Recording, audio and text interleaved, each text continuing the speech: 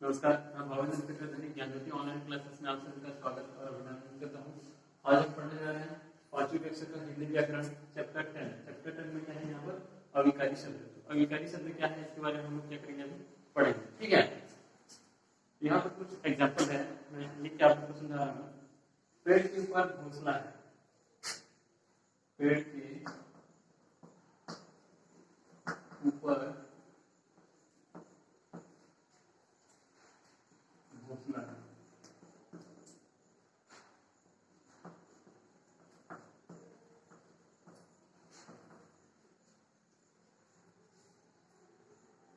आज समर्थ और सुरभीत अलमारी में कपड़े रख रहे हैं।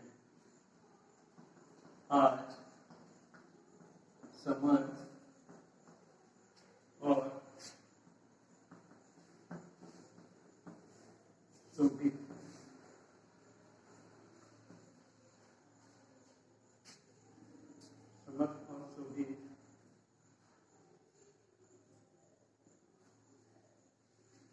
अलमारी में कपड़े रख रहे हैं। अलमारी में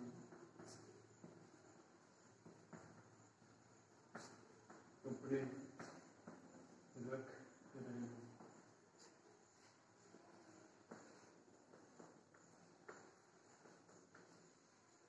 उफ, कितनी गर्मी है।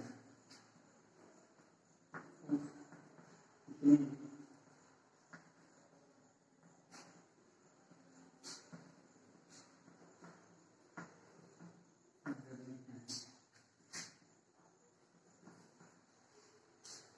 यहाँ पर मैं तीन को क्या लिखूं, वाक्य। तीन वाक्य यहाँ पर लिखा हूँ। पहला वाक्य है, पेड़ के ऊपर घोंसला है। पेड़ के ऊपर क्या है, घोंसला है। आज समर्थ और सुरभीत अलमारी में कपड़े रख रहे हैं। उसके बाद थर्ड नंबर में क्या है, उफ, कितनी गर्मी है। तो ये तीनों वाक्य हैं। ऊपर देखे वाक्य में रंगीन शब्दों के, यहाँ पर रंगीन शब्द कौन कौन से हैं, के ऊपर इसको रंगीन शब्द दे दिया गया है। उसके बाद में है आज, और आज है, और भी है, और कौन कौन से रंगीन शब्द, यानी जितना अंडरलाइन किया है, यानी रेखांकित शब्द जितने हैं यहाँ पर के ऊपर, आज और उफ में लिंग वचन काल के अनुसार कोई परिवर्तन नहीं हो रहा है। यहाँ पर लिंग के अनुसार कोई भी परिवर्तन नहीं हो रहा है। पेड़ के ऊपर घोंसला है ये। उसके बाद में आज समर्थ और सुरभीत अलमारी में कपड़े रख रहे हैं। उफ, कितनी गर्मी है। तो ये तीनों जो है अंडरलाइन जो रेखांकित शब्द जितने तीनों हैं वो क्या लिखे हुए हैं, ये लिंग और वचन, लिंग वचन काल के अनुसार में यहाँ पर कोई परिवर्तन नहीं हो रहा है। ऐसे शब्द को अविकारी या अव्यय शब्द कहा जाता है। तो ये इस तरह से शब्द को हम लोग क्या कहते हैं, अविकारी या अव्यय शब्द कहते हैं। विकार का अर्थ है परिवर्तन और अविकारी का अर्थ हुआ कोई परिवर्तन नहीं। तो विकार जो है, विकार का अर्थ क्या है, परिवर्तन, और अविकारी का अर्थ क्या है, कोई परिवर्तन नहीं। ठीक है, विकार का अर्थ क्या है, परिवर्तन। विकार,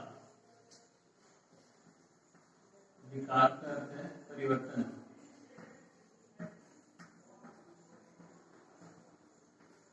और अविकारी का अर्थ है अविकार। अविकार करते हैं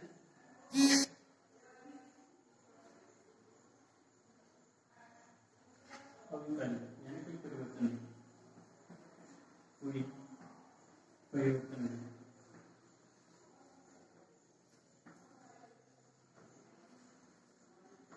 ठीक है, विकार करते हैं यहाँ पर परिवर्तन, और अविकारी करते हैं कोई परिवर्तन नहीं। यहाँ पर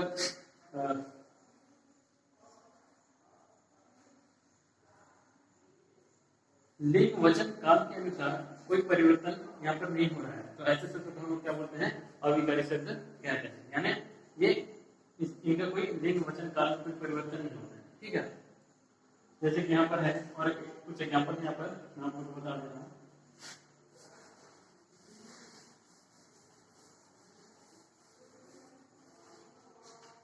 यहाँ पर जैसे है, चीता तेज दौड़ता है। चीता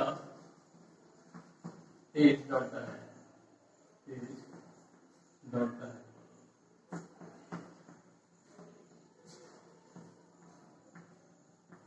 उसके बाद में है, आज मैच होगा। आज मैच होगा,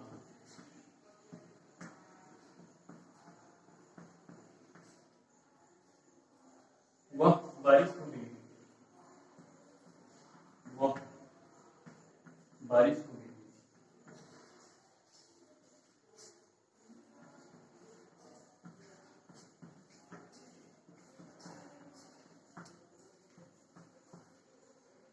मीठा कम खाओ, मीठा कम खाओ।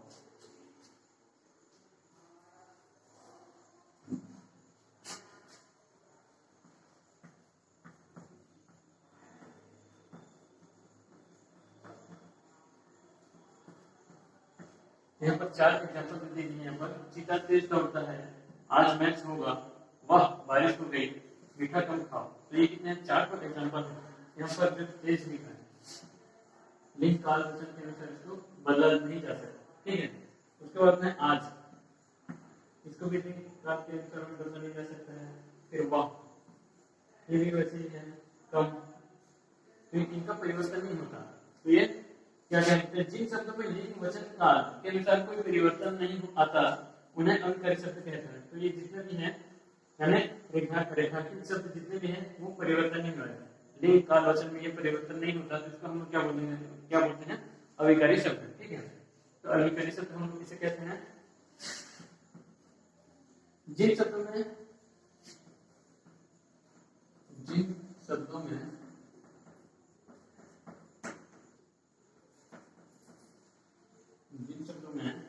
लिंग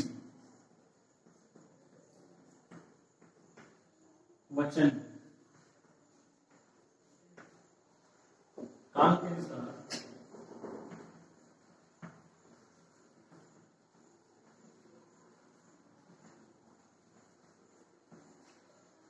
कोई परिवर्तन नहीं आता,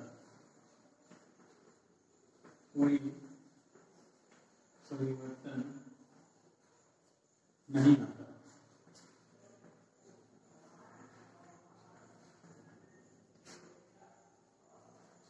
उन्हें हम कई शब्द कहते हैं, उन्हें अविकारी शब्द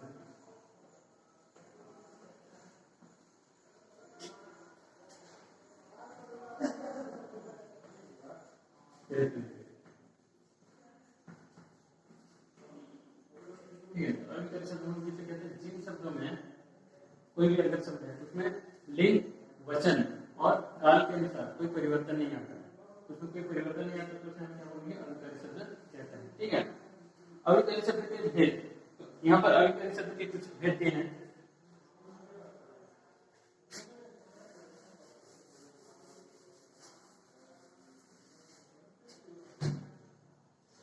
यहाँ पर अविकारी शब्द के 4 भेद हैं। कितने भेद होते हैं अविकारी शब्द के? 4 भेद हैं। कौन कौन सा है मैं आपको बता रहा हूँ। यहाँ पर अविकारी शब्द, अविकारी शब्द 4 भेद हैं, 4 भेद होते हैं। कौन कौन से 4 भेद हैं? सबसे पहले में है क्रिया विशेषण। सबसे पहले में है क्रिया विशेषण।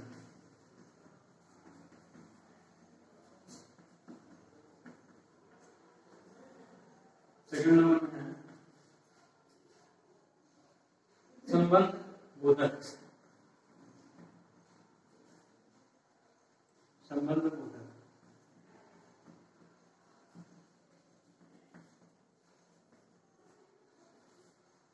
थर्ड नंबर में है समुच्चय बोधक।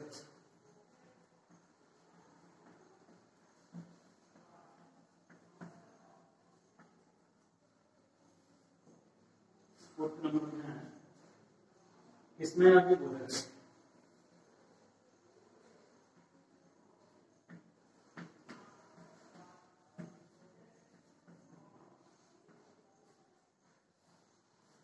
इस तरह से 4 प्रकार के अविकारी शब्द होते हैं। सबसे पहले में क्या है क्रिया विशेषण। क्रिया विशेषण पहला में है। उसके बाद में सेकंड नंबर में है संबंध बोधक। बोधक अभिप्रेत शब्द है, फिर यहाँ पर समुच्चय बोधक है, फिर यहाँ पर विस्मयादि बोधक। इस तरह से 4 प्रकार के अभिप्रेत शब्द होते हैं। ठीक है, तो सबसे पहले हम लोग पढ़ेंगे क्रिया विशेषण के बारे में। इसके बारे में हम लोग सबसे पहले पढ़ेंगे। ठीक है,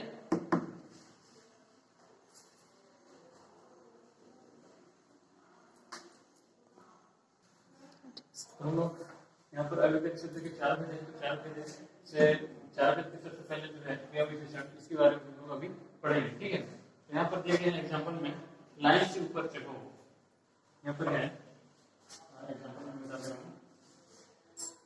सबसे पहले यहाँ पर मैं लिखूंगी क्रिया विशेषण किसे कहते हैं। ठीक है, यहाँ पर लिखे हैं लाइन से ऊपर चढ़ो, लाइन से ऊपर चढ़ो, ऊपर चढ़ो। उसके बाद में है तुम कम खाते हो, तुम कम खाते हो। तो पहिया तेजी से झूल रहा है, पहिया तेजी से झूल रहा है, पहिया तेजी से झूल रहा है।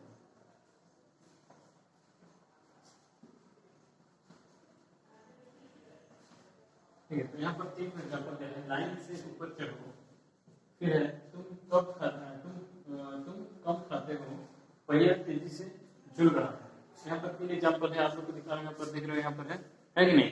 तो इसका ये यहाँ पर है लिखा है कि कहाँ चढ़ो, यानी ऊपर। इसका उत्तर क्या आ रहा है, कहाँ चढ़ो, ऊपर चढ़ो। तो ऊपर क्या है, यहाँ पर ऊपर चढ़ो। फिर कितना खाता है, कितना खाता है, इसका प्रश्न क्या होगा, कितना खाता है, तो कम। यहाँ पर आंसर में क्या आ रहा है, कम आ रहा है, ठीक है। यहाँ पर है कैसे झूल रहा है, कैसे झूल रहा है, तेजी से झूल रहा है, ठीक है। तो जितने अंडरलाइन है वो क्या है, इन वाक्यों में क्रिया शब्द है चढ़ो, खाता, झूल रहा है, ऊपर, कम और तेजी से। क्रिया की विशेषता बताना है। तो यहाँ पर ऊपर, यहाँ पर लिखा हूँ, ये ऊपर लिखा हूँ, यहाँ पर कम है, यहाँ पर तेजी से। ये क्या बता रहे हैं, क्रिया की विशेषता बता रहे हैं, ठीक है ना। ये यहाँ पर क्रिया की विशेषता बता रहा है। तो क्रिया की विशेषता बताने वाले शब्द को हम लोग क्या बोलते हैं, क्रिया विशेषण।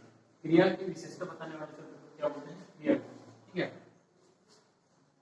क्रिया की विशेषता बताने वाले शब्द,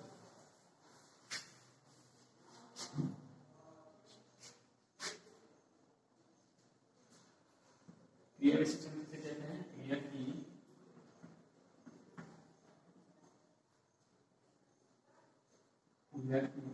विशेषता बताने वाले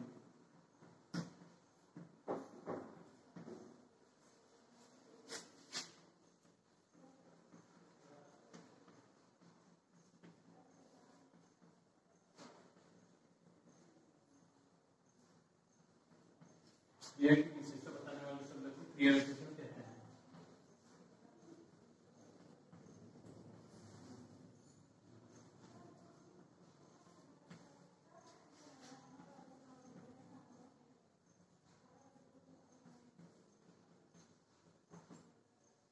यहाँ पर हम लोग क्रिया विशेषण किसे कहते हैं, क्रिया की जो क्रिया है उसकी विशेषता बताने वाले शब्द को हम क्या बोलते हैं, क्रिया विशेषण, ठीक है।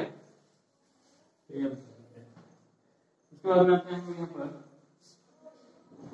क्रिया विशेषण शब्द बताते हैं कि क्रिया, क्रिया विशेषण शब्द क्या बताते हैं, क्रिया बताते हैं। जैसे कि यहाँ पर है कब हुई, कब हुई।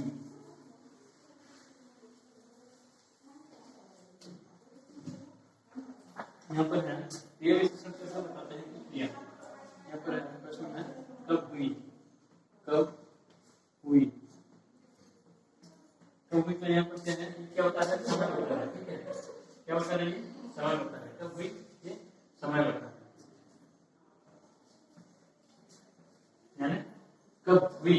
ये किसको प्रश्न कर रहा है, समय को प्रश्न, यानी समय को बता रहा है। ये समय में क्या क्या होगा, अभी, अभी, कल, परसों, आज, कल, परसों, आज, ये क्या होता है, समय बता रहा है कब हुई। अभी भी हो सकती है, कल भी हो सकती है, परसों भी हो सकती है, आज भी हो सकती है। ये क्या होता है, ये सब जितना है, ये सब क्या होता है, समय बता रहा है। ठीक है, क्लियर क्या होता है, समय बता रहा है कब हुई, यानी अभी भी हो सकती है, कल भी हो सकती है, परसों भी और आज भी। ये क्या है, समय को बता रहा है। ठीक है, फिर कहाँ हुई, कहाँ हुई किसको बता रहे हैं, स्थान को बता रहे हैं, कहाँ हुई ये किसको बता रहे हैं, स्थान। मैंने प्रश्न क्या पूछा कि कहाँ हुई, यानी स्थान को बुक कर लेना।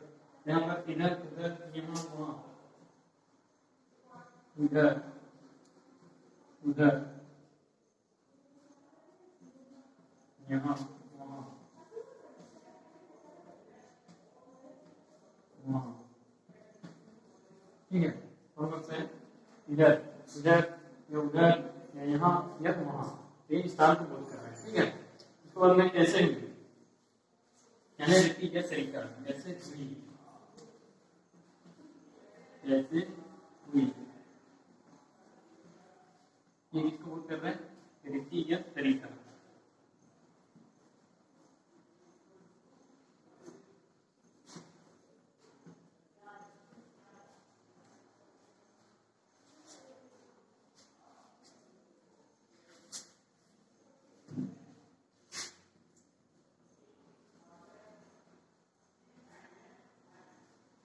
कैसे हुई, ये रीति और तरीके को बताए, धीरे तेज जोर से, धीरे तेज जोर से,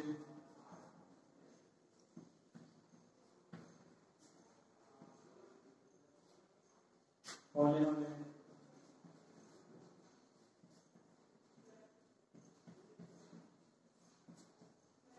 ठीक है। कैसे ये इसको बोध कर रही है, रीति या तरीके को बता रहा है, समझा रहा है। यहाँ पर धीरे धीरे भी हो सकती है, यहाँ पर तेज जोर से, और ये हौले हौले। ठीक है, उसके बाद में कितनी हुई, ये परिमाण को बता रहा है, कितनी, यानी परिमाण बता रहे हैं कितनी हुई, कितनी हुई।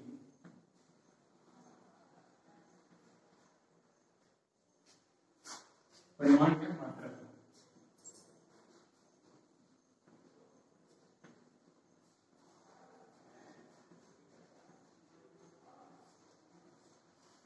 ठीक है, ये कम अधिक बहुत थोड़ा, कम अधिक बहुत थोड़ा।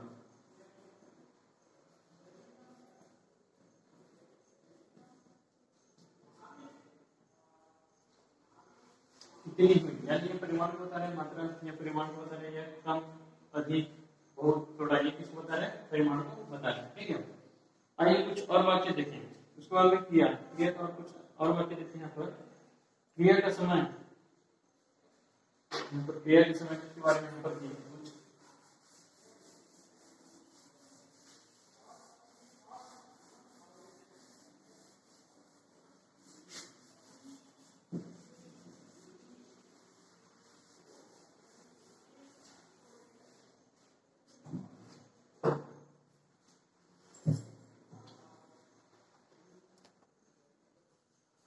यहाँ पर क्या है, यहाँ पर भी आइए कुछ और वाक्य देखते हैं। यहाँ पर आप लोग को दिखा दे रहा हूँ मैं, कितना लिखूँ। यहाँ पर है क्रिया का समय, क्रिया का समय यानी कब क्या हुआ, ये सब बता रहे हैं। यहाँ पर मैं आज मेला देखने जाऊंगा, तो ये क्या बता रहा है, समय बता रहा है, यानी कब मेला देखने जाएगा, आज मेला देखने। तो आज जो लिखा है वो क्या है, क्रिया का समय बता रहा है। ठीक है, उसके बाद में कल मैंने कार्टून फिल्म देखी, कब तुमने कार्टून फिल्म देखी, कब करने से ये प्रश्न आ जा रहा है, कल। कब का उत्तर में यहाँ पर आ जा रहा है प्रश्न, कब लगाकर प्रश्न करने से उत्तर आ जा रहा है यहाँ पर कल। तो ये किसको बता रहा है, समय को बोध कर रहा है। ठीक है, उसके बाद में शैलजा दोपहर को घर आई, तो दोपहर भी एक समय है कि नहीं। उसके बाद में क्रिया के स्थान यहाँ पर बता रहे हैं, क्रिया के स्थान बता रहे हैं कि जैसे कि सारे बच्चे नीचे बैठ गए, सारे बच्चे कहाँ पर बैठ गए, नीचे बैठ गए, ये स्थान बता रहे हैं। नीचे जो है वो क्या है, स्थान है। ठीक है, उसके बाद में सड़क पार करने के पहले दाएं बाएं देखो, तो दाएं और बाएं वो क्या है, स्थान है, जगह है कि नहीं। उसके बाद में मनोहर इधर आओ, मनोहर इधर आओ, इधर जो है वो इधर, यानी जो जहां पर है वहां का स्थान है वो है कि नहीं। उसके बाद में क्रिया का तरीका, क्रिया का तरीका यहाँ पर है ऐसे, यानी कैसे करके प्रश्न जो पूछेंगे वो उसका आंसर जो आएगा वो क्या है, क्रिया विशेषण। ठीक है, कछुआ धीरे धीरे चलता है। कछुआ कैसे चलता है? धीरे धीरे चलता है। कछुआ जो है वो धीरे धीरे चलता है। तो कैसे करके प्रश्न जो पूछेंगे उसका आंसर में जो आएगा वो होगा क्रिया विशेषण। ठीक है, जैसे कि यहाँ पर है कछुआ धीरे धीरे चलता है, उसके बाद में मेरा घोड़ा तेज दौड़ता है। तुम्हारा घोड़ा कैसे दौड़ता है, यानी तेज। जो तेज लिखा है वो क्या होगा? तेज जो है ना वो होगा क्रिया विशेषण। ठीक है, उसके बाद में जल्दी जल्दी मत खाओ, कैसे मत खाओ, यानी जल्दी जल्दी मत खाओ। तो कैसे लगा करके जो प्रश्न हम लोग पूछ रहे हैं उसका जो आंसर आ रहा है, तो उसका जो आंसर है तो वो आंसर जो होगा क्रिया विशेषण। ठीक है, उसके बाद में क्रिया का परिणाम, यानी कितना लगा के हम लोग जो प्रश्न करेंगे उसका जो आंसर आएगा वो होगा क्रिया विशेषण। ठीक है, जैसे कि यहाँ पर है आज खूब बारिश हुई, आज कितनी बारिश हुई, यानी आज खूब बारिश हुई। उसके बाद में मुझे जरा सी चीनी दे दो, कितनी, तुम्हें मैं कितनी चीनी दूं। इसका प्रश्न पूछने से आंसर जो आ रहा है जरा सी। तो ये जरा सी जो है यहाँ पर आप लोग देख रहे हैं जरा सी, तो ये क्या होगा? क्रिया विशेषण। ठीक है, वरुण ने थोड़ा सा शरबत पी लिया। वरुण ने कितनी शरबत पी ली, यानी कितना शरबत पी लिया? थोड़ा सा शरबत।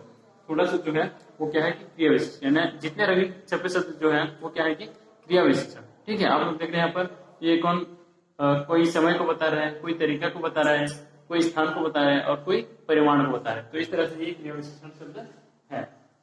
तो हमने क्रिया विशेषण में क्या क्या जाना, देखो जिन शब्दों में लिंग वचन तथा काल के अनुसार कोई परिवर्तन नहीं आता उन्हें हम क्या कहते हैं? अविकारी शब्द कहते हैं। यानी कोई भी अगर शब्द है तो उसमें लिंग वचन और काल में कोई परिवर्तन नहीं होता, तो उसे हम क्या बोलते हैं? क्रिया विशेषण। अविकारी शब्द के कितने भेद होते हैं? टोटल 4 भेद होते हैं। ठीक है, कौन कौन सा? क्रिया विशेषण, संबंध बोधक, समुच्चय बोधक और विस्मयादि बोधक। तो ये 4 विशेषण है। तो हम लोग किसके बारे में हम लोग पढ़े? यहाँ पर हम लोग क्रिया विशेषण के बारे में पढ़े। ठीक है, क्रिया की विशेषता बताने वाले शब्द को हम लोग क्या बोलते हैं? क्रिया विशेषण। इतना हम लोग जाने। उसके बाद में आते हैं हम लोग यहाँ पर सेकंड नंबर जो है संबंध बोधक के बारे में। क्रिया विशेषण के 4 भेद ये संबंध। क्रिया विशेषण के बाद में हम लोग संबंध बोधक के बारे में हम लोग पढ़ेंगे। ठीक है, संबंध बोधक, संबंध बोधक।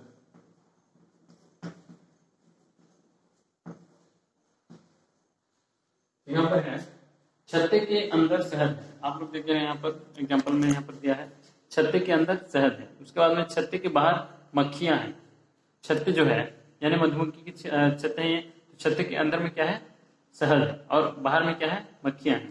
ठीक है, उसके बाद में छत्ते के ऊपर पत्ते हैं। जो छत्ते हैं ना, ये छत्ते के ऊपर में क्या है? ये पत्ते हैं। आप लोग देख रहे हैं, दिखाई दे रहे हैं, है कि नहीं? तो यहाँ के अंदर के बाहर के अंदर के बाहर के ऊपर शब्द कहाँ आए हैं? ये शब्द छत्ते संज्ञा के शब्द आए हैं और शहद, मक्खियां तथा पत्ते संज्ञा से संबंध बता रहे हैं। के अंदर, के बाहर, के ऊपर संबंध बोधक शब्द है। जो शब्द संज्ञा के सर्वनाम के साथ लगकर उसका संबंध वाक्य के दूसरे शब्दों के साथ जोड़ते हैं वे संबंध बोधक कहलाते हैं। यहाँ पर हम लोग लिखे हैं के अंदर। यहाँ पर क्या क्या लिखा है एग्जाम्पल में? के अंदर।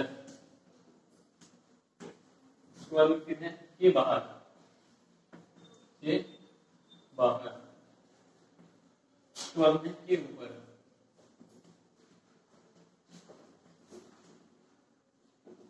छत्ते के अंदर शहद। उसके बाद में छत्ते के बाहर मधुमक्खियां हैं। छत्ते के ऊपर पत्ते है कि यहाँ पर क्या लिखा है कि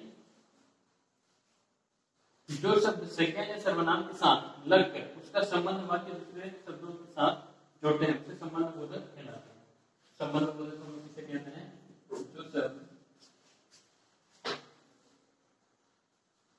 जो शब्द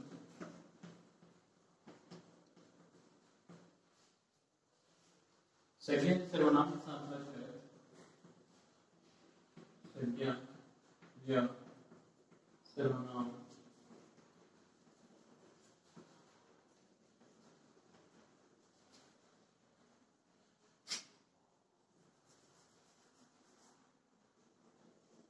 के साथ लगकर उसका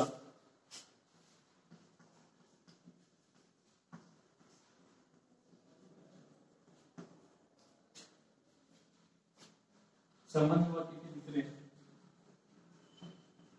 संबंध वाक्य के दूसरे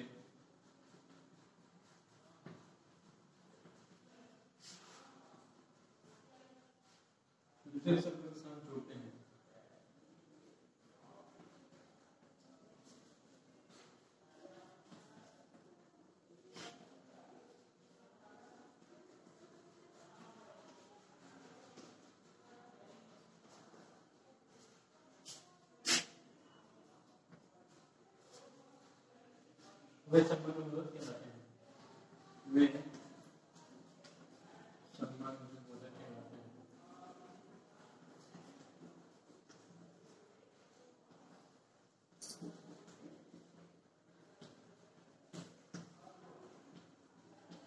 तो हम लोग यहाँ पर संबंध बोधक किसे कहते हैं? जो शब्द कोई भी अगर शब्द रहेगा तो वो संज्ञा या सर्वनाम के साथ, संज्ञा या सर्वनाम के साथ में लगकर उसका संबंध वाक्य के दूसरे शब्दों के साथ जोड़ते हैं, वे संबंध बोधक वाक्य कहलाते हैं, संबंध बोधक कहलाते हैं। तो यहाँ पर एक शब्द कितने शब्द के साथ में जुड़े हैं, है कि नहीं? यहाँ पर के अंदर, के बाहर, के ऊपर, यानी कि तीनों में लगा है, तो ये इन लोग के सभी के संबंध में है।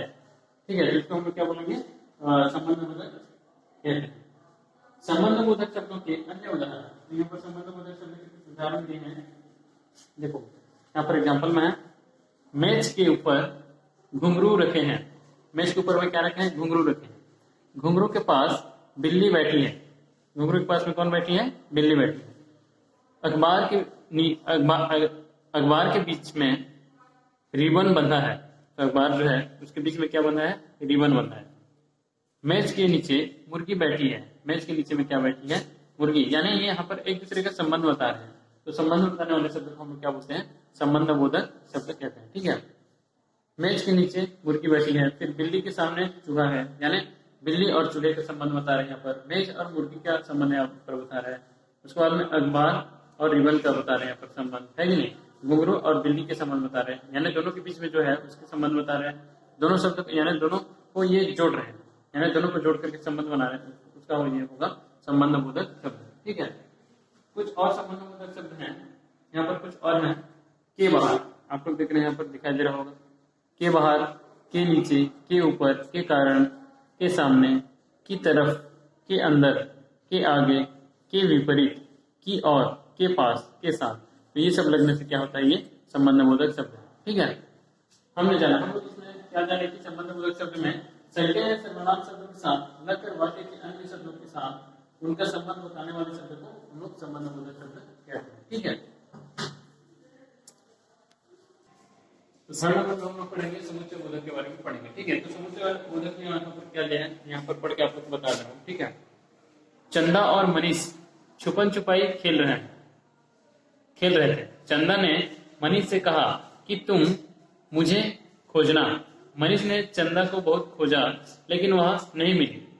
उसके बाद में यहाँ पर चंदा पेड़ के पीछे जाकर छिप गई थी, इसलिए मनीष उसे देख नहीं पाया।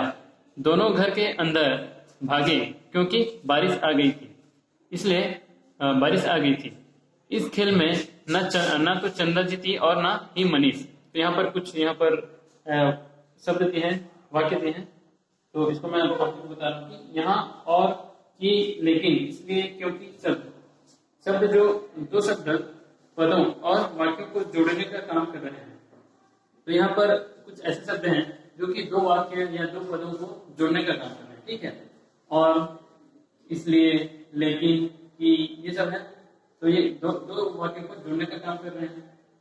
दो या दो से अधिक शब्दों या वाक्यों को जोड़ने वाले को समुच्चय बोधक या योजक कहते हैं। तो हम लोग समुच्चय बोधक या योजक किसे कहते हैं? दो या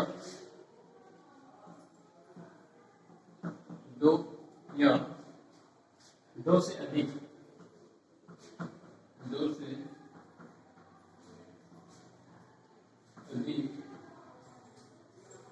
शब्दों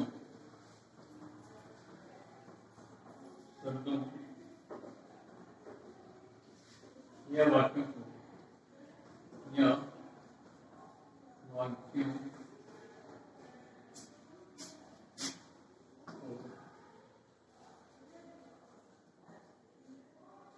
जोड़ने वाले शब्द को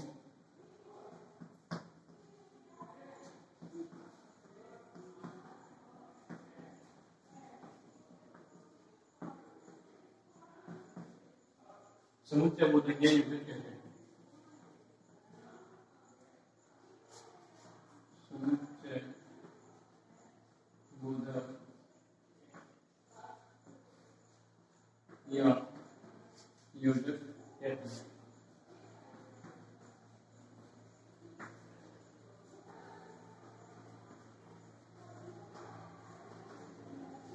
समुच्चय बोधक या योजक किसे कहते हैं हम लोग यहाँ पर? दो या दो से अधिक शब्दों, यहाँ पर दो रहेगा या फिर दो से अधिक शब्द रहेगा या फिर वाक्य रहेगा, तो उसे हम दो या दो से अधिक वाक्यों को जोड़ने वाले शब्दों को, यानी उस शब्द को कोई जोड़ता रहेगा तो उसको हम क्या बोलेंगे? समुच्चय बोधक या योजक कहते हैं। जैसे कि यहाँ पर उदाहरण में है, एग्जाम्पल में मैं यहाँ पर बता रहा हूँ कि आइए इसके बारे में और जाने, इसके बारे में यहाँ पर एक दो एग्जाम्पल बता रहा हूँ। जैसे कि यहाँ पर और है, क्या है?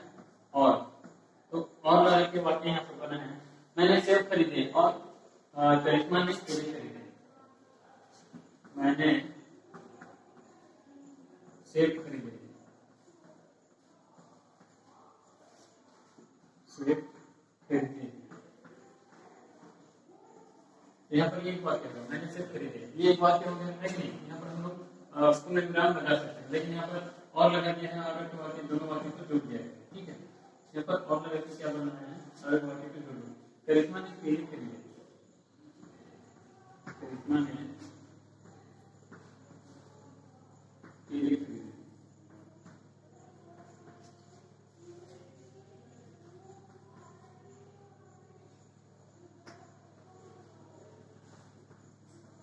ठीक है? यहाँ पर दो वाक्य है कि मैंने सेब खरीदे, ये एक वाक्य हो गया। उसके बाद में करिश्मा ने केले खरीदे, ये दूसरा वाक्य हो गया। ये दोनों वाक्य, यानी दोनों वाक्य को जो बीच में जोड़ रहा है, दोनों वाक्यों को बीच में जोड़ने वाले शब्द को क्या बोलते हैं? समुच्चय बोधक शब्द कहते हैं, ठीक है? ये और जो लिखा है ना वो क्या है? समुच्चय बोधक शब्द, ठीक है? इसी तरह से और एग्जाम्पल मैं आपको बता रहा हूँ, की लगा, यहाँ पर की लगा के है, और एग्जाम्पल बता रहा हूँ, मैंने कहा था, मैंने कहा था, मैंने कहा था, ये एक वाक्य हो गया, लेकिन यहाँ पर आगे वाक्य है, आंधी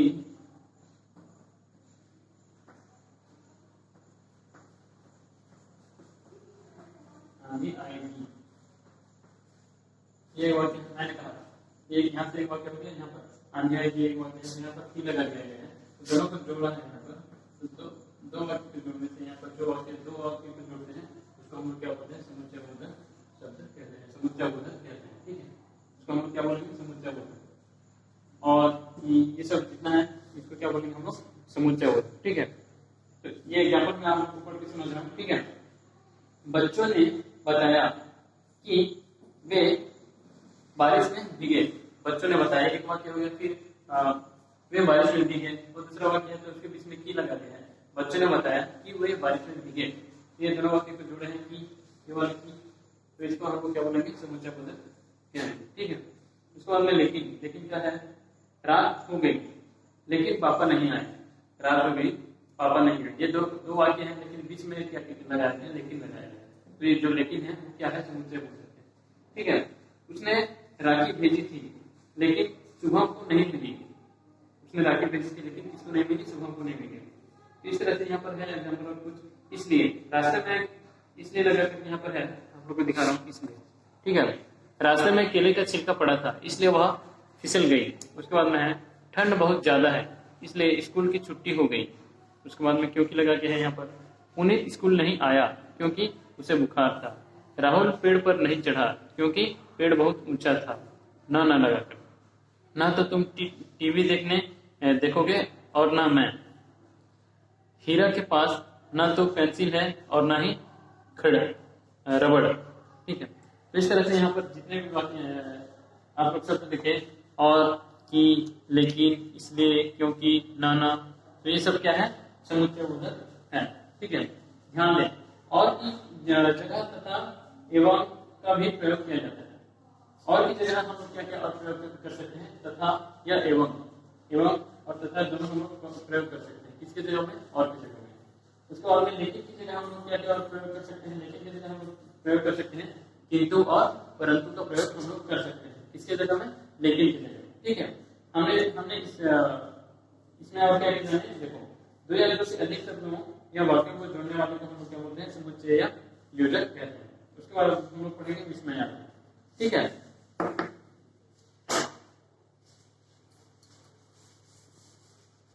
इसके बाद हम पढ़ते हैं विस्मयादि बोधक। ठीक है, तो यहाँ पर कुछ संवाद दिए हैं, यानी दो व्यक्ति के यहाँ पर बातचीत हो रहे हैं। तो यहाँ पर मैं आप लोग को पढ़ के सुना रहा हूँ। ठीक है, देखो यहाँ पर देखो, संजय और मीरा किताबें खरीदने बाजार गए। बाजार में कूड़े का ढेर था। दोनों को यह देखकर बहुत बुरा लग रहा था। यानी मीरा और संजय दोनों कहाँ पर गए थे? किताब खरीदने के लिए बाजार जा रहे थे। तो रास्ते में क्या देखे उन लोग? कूड़े का ढेर देखे। तो उन लोग को बहुत खराब लगा, यानी बहुत बुरा लगा। तो यहाँ पर दोनों का वार्तालाप हो रहा है। ठीक है, वार्तालाप यहाँ पर आप लोग देख रहे हैं। यहाँ पर संजय क्या बोल रहा है कि छी छी कितनी गंदगी है। उसके बाद में मीरा, ओह बदबू से हम परेशान हैं। उसके बाद में संजय क्या बोल रहा है कि अरे ध्यान से चलो, रास्ते में केले के छिलके पड़े हैं। तो ये दोनों क्या कर रहे हैं? आपस में बातचीत कर रहे हैं। उसके बाद में है दोनों चलते चलते थोड़ी दूर निकल जाते हैं। उसके बाद क्या करते हैं? दोनों चलते चलते कुछ दूर निकल जाते हैं। उसके बाद में मीरा बोल रही थी कि वाह कितनी सुंदर फूल खिले हैं। यहाँ पर क्या बोल रही है मीरा की वाह कितने सुंदर फूल खिले। उसके बाद में संजय क्या बोल रहा है कि काश सभी जगह ऐसा ही होता। तो जो संजय है वो क्या बोल रहा है कि काश सभी जगह ऐसा होता। संजय और मीरा की बातचीत में कुछ शब्द ऐसे आए हैं जो उनके दुख, घृणा, खुशी, आश्चर्य, इच्छा आदि भाव को प्रकट करते हैं। तो यहाँ पर क्या क्या प्रकट कर रहे हैं उन दोनों के बात में कि दो संजय और मीरा के दोनों के बात में क्या क्या प्रकट हो रहे हैं? यहाँ पर दुख भी प्रकट हो रहा है, घृणा भी प्रकट हो रहा है, खुशी भी प्रकट हो रहा है और आश्चर्य और इच्छा भी प्रकट हो रहा है। तो ये आदि भाव को प्रकट करते हैं। ये शब्द है छी, ओह, शाबाश, उफ, अरे, वाह, काश, ये विस्मयादि बोधक शब्द हैं। इनके साथ लगे चिन्ह को विस्मयादि बोधक चिन्ह कहते हैं। तो हमने विस्मयादि बोधक किसे कहते हैं? देखो यहाँ पर जो शब्द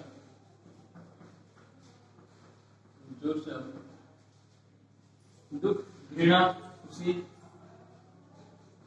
दुख, घृणा, खुशी,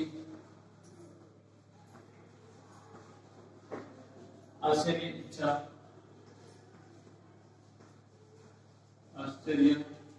इच्छा,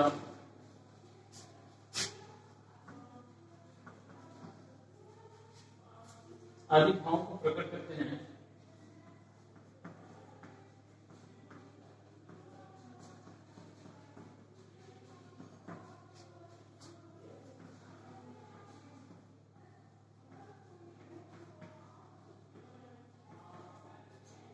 उन्हें विस्मयादि बोधक शब्द कहते हैं। उन्हें विस्मयादि बोधक कहते हैं।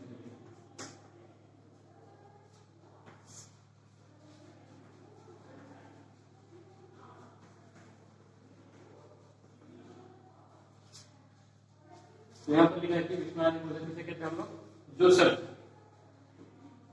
जो शब्द दुख, घृणा, खुशी, आश्चर्य, इच्छा आदि भावों को प्रकट करते हैं उन्हें हम क्या कहते हैं? विस्मयादि बोधक शब्द, विस्मयादि बोधक कहते हैं। ठीक है,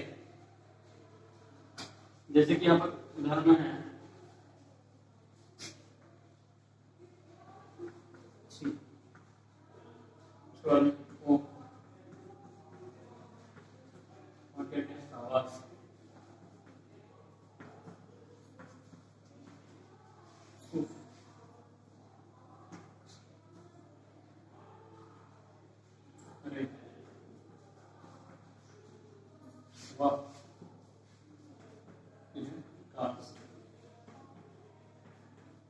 ये सारे शब्द हम लोग क्या बोलेंगे? विस्मयादि बोधक है। ठीक है, विस्मयादि बोधक शब्दों के साथ विस्मयादि बोधक चिन्ह लगाया जाता है। तो विस्मयादि बोधक का चिन्ह क्या है? विस्मयादि चिन्ह ऊपर में लाइन किसके कहते हैं? बिंदु देना। ये क्या है? विस्मयादि चिन्ह, यानी विस्मयादि बोधक चिन्ह। ठीक है, विस्मयादि बोधक शब्द वाक्य के प्रारंभ में प्रयुक्त होते हैं। तो जो विस्मयादि बोधक के चिन्ह जो है वो क्या होते हैं? वाक्य के प्रारंभ में प्रयुक्त, यानी वाक्य के पहले लगते हैं। जैसे कि यहाँ पर है कि नहीं, वह कितने सुंदर फूल खिले हैं। आपको बता रहा हूँ, वह कितने सुंदर फूल खिले हैं।